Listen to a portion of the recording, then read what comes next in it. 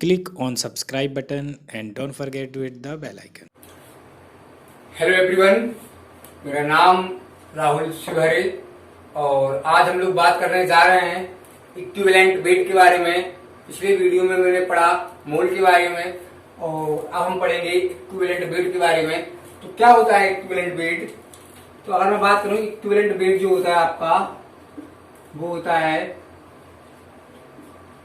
Molar mass upon factor. बेटा factor क्या होता है? तो फैक्टर क्या होता है बेटा? एसिड, बेस, कंपाउंड और मेटल, मतलब सबके लिए अलग अलग तरीके से हम लोग बताएंगे। तो सबसे पहले हम लोग फैक्टर निकालने जा रहे हैं, फिर हम क्वेश्चन देख पाएंगे। तो फैक्टर की अगर मैं बात करने जा रहा हूं, फैक्टर बेटा जो होता है पहला, सबसे पहले हम पढ़ेंगे फॉर मेटल। तो बेटा मेटल के लिए होगी उसकी बैलेंसी, क्या होगी? बैलेंसी। मेटल की जो बैलेंसी होगी बेटा ये होगा उसका फैक्टर। क्या होगा? ये सपोज करो मैंने अगर बात कर दिया एग्जांपल में यहाँ पर कि सोडियम है, तो बेटा आपको मालूम होता है सोडियम फर्स्ट ग्रुप का होता है, उसकी बैलेंसी कितनी हो जाएगी? 1। कितनी होगी बेटा? 1 हो जाएगी। अगर मैं बात करूं कैल्शियम की तो कितनी हो जाएगी? 2, क्योंकि कैल्शियम कितने का होता है? सेकंड ग्रुप का होता है।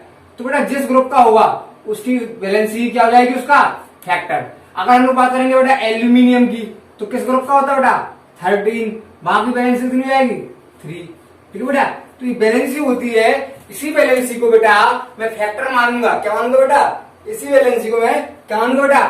फैक्टर मानूंगा। अगर मेरे पास आता है बेटा एसिड, क्या आता है? एसिड। तो बेटा एसिड में क्या होता है? Number of H plus replaceable.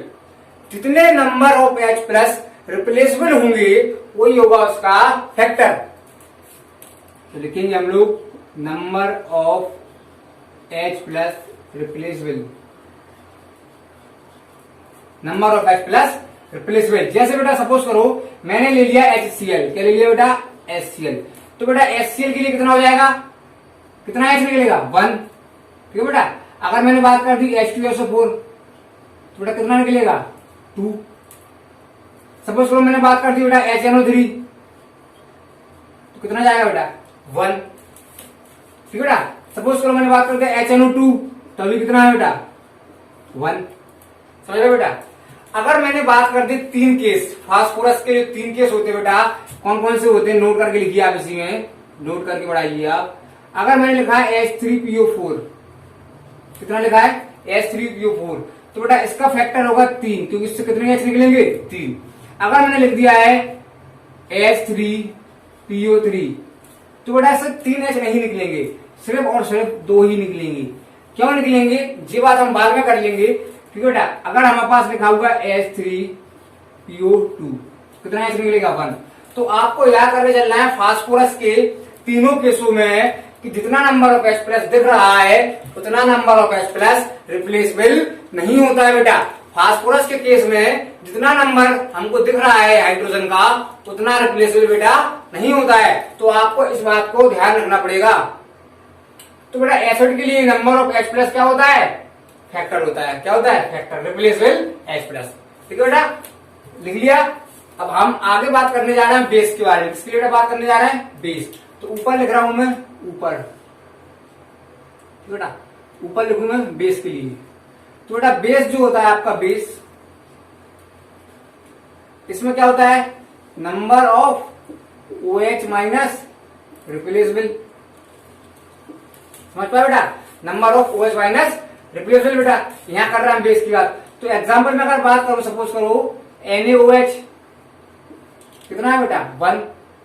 अगर हम बात करूं MgOH का होल ट्वाइस तो बेटा कितना है आपके पास? समझ गए आप? 2।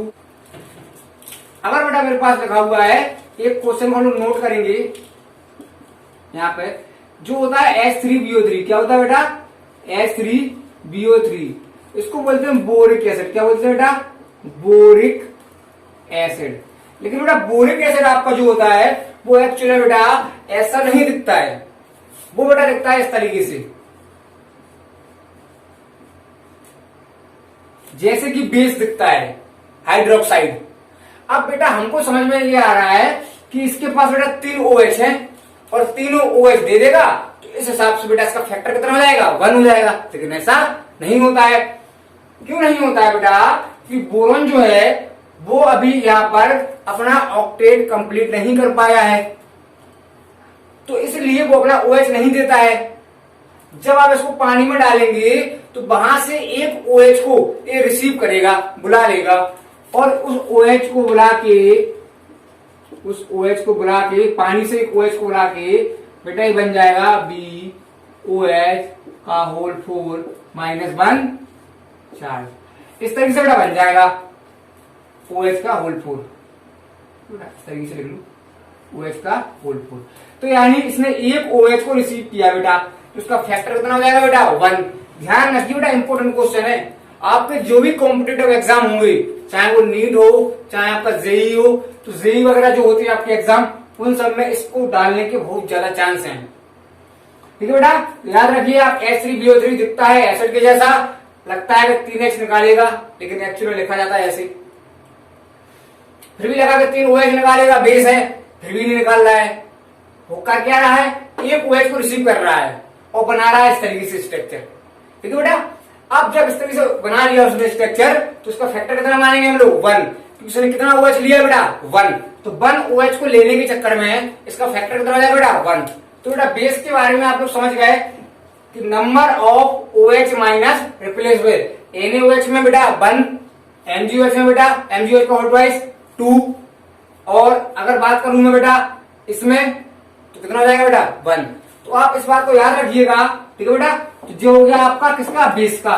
तो एसिड में number of H plus replaceable, base में number of OH minus replaceable, और मेटल में उसकी बैलेंसी। क्या उसकी बैलेंसी बेटा।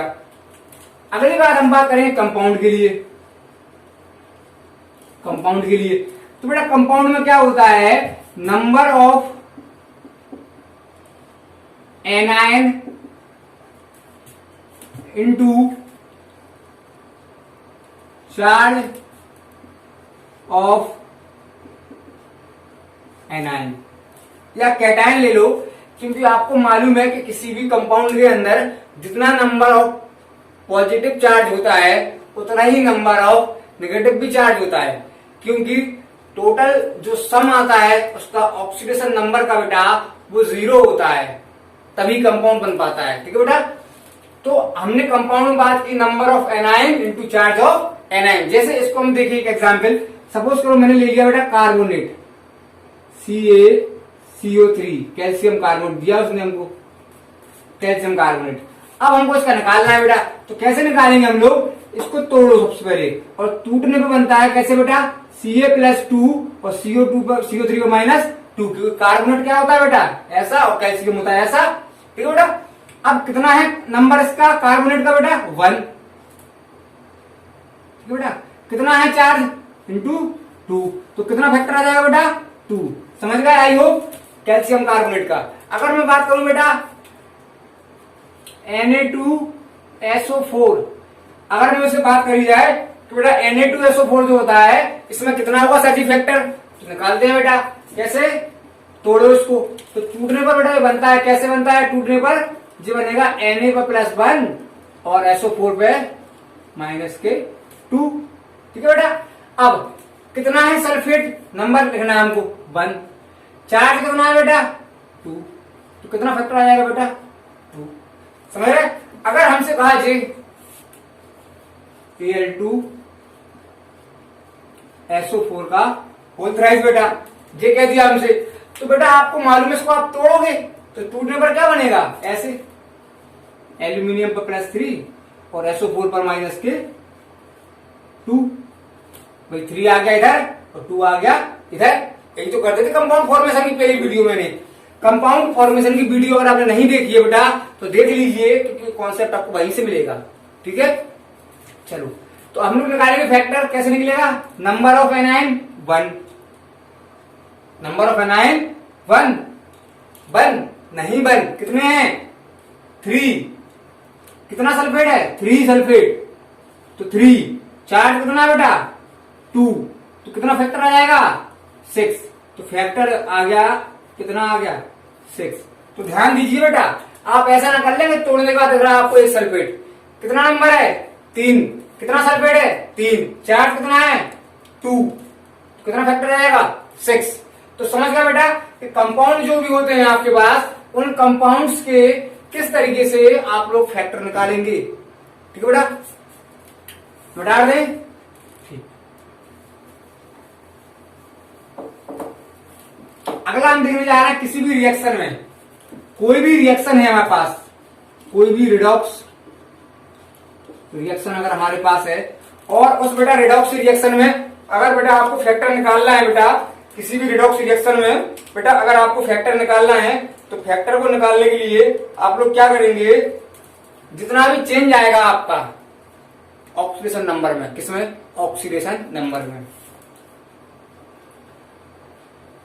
चेंज इन ऑक्सीडेशन नंबर, बेटा चेंज इन ऑक्सीडेशन नंबर। तो वैसे इस वाले पार्ट को मैं दूसरी वीडियो में डिस्कस करूंगा, क्योंकि काफी बड़ा पार्ट है बेटा। अभी मैं इन चारों पांचों पार्ट को डिस्कस करने जा रहा हूं बेटा। ठीक है बेटा, तो सपोज करो मुझसे बोल दिया कि इक्विवेलेंट वेट को फाइंड करने के लिए find out equivalent weight of किस किस के लिए बेटा, sodium comma calcium comma aluminium, और बेटा H2SO4, और बेटा HNO3, और बेटा H3PO4। ठीक है बेटा, कंपाउंड में अगर हम लोग बात करें, पहले बेस ले रहे हैं तो NaOH कोमा KOH। ठीक है बेटा, इस तरीके से इसको हटा दूं, चलो। और अगर हमसे बात किया उसने MgOH का होल्डोइज ले लिया। ठीक है बेटा, इस तरीके से अगर उसने हमसे कहते कोई कंपाउंड है, किसी कंपाउंड की बात कर रहा है, तो हमको कैल्शियम कार्बोनेट दे देगा, सोडियम सल्फेट दे देगा। तो इतने सारे क्वेश्चन हम लोग करने जा रहे हैं। आई होप इन सारे के सारे क्वेश्चन से आपका जो कॉन्सेप्ट होगा इक्विवेलेंट वेट का, वो क्लियर हो जाना चाहिए। ठीक है बेटा, इसको हटा रहे हैं। तो सबसे पहले बेटा जो हमने लिखा है सोडियम कैल्शियम और एल्यूमिनियम, तो आपको बता दिया मैंने कि सोडियम कैल्शियम और एल्यूमिनियम बेटा जो होता है, जो सारे के सारे मेटल हैं, और इनके लिए जो आपका फैक्टर आप इस्तेमाल करेंगे वो करेंगे बैलेंसी। क्या करेंगे, बैलेंसी। तो ठीक है बेटा, पहला वाला इस्तेमाल करने जा रहे हैं सोडियम के लिए। ठीक है, सोडियम के लिए लगाने जा रहा है। तो मोलर मास कितना होता है सोडियम का बेटा 23। क्या होता है 23 अपॉन फैक्टर कितना हो जाएगा बेटा, फर्स्ट ग्रुप का होता है 1। तो इक्विवेलेंट वेट कितना आ गया, इक्विवेलेंट वेट ऑफ सोडियम 23 कितना आ गया 23 आ गया। समझ पाया बेटा 23। अगर हमसे बोला जाए कैल्शियम कर लेंगे आप, कैल्शियम कितना होता है बेटा, कैल्शियम मास होता है उसका 40 ग्राम अपॉन फैक्टर कितना हो जाएगा 2, क्योंकि सेकेंड ग्रुप का होता है। तो इक्विवेलेंट वेट ऑफ कैल्शियम कितना हो जाएगा बेटा 20। समझ पाए कितना हो जाएगा 20 बेटा। इस तरीके से एल्यूमिनियम का निकाल लीजिए आप। ठीक है, चलो हटा दें दोनों को। चलो अब बारी किसकी आ रही, एसिड के लिए, H2SO4 HNO3 वगैरह वगैरह। तो बेटा H2SO4 जो होता है, अगर मैं बात करूं तो उसको मोलर मास कैसे निकालेंगे, H का होता है 1, कितने H है हमारे पास 2, इसके लिए निकाल रहे हैं हम लोग, इसके लिए। तो 1 इंटू 2 प्लस सल्फर का होता है 32, ये आपको याद रखना पड़ेगा। ऑक्सीजन का होता है 16 इंटू 4 अपॉन कितना H निकलेगा 2, क्योंकि बेटा एसिड में मैंने क्या बताया था, number of replaceable OH minus ion, number of replaceable OH minus ion, जितने नंबर ऑफ OH सॉरी किसी भी एसिड में जितने नंबर ऑफ H प्लस निकलेंगे, क्या बोला मैंने, number of H plus, acid के लिए होता है नंबर ऑफ H प्लस। तो कितने H प्लस निकलना है 2, कितना हो जाएगा 98/2 निकाल लेंगे, कितना आ जाएगा आंसर 54 आ गया, 54 आएगा, नहीं आएगा।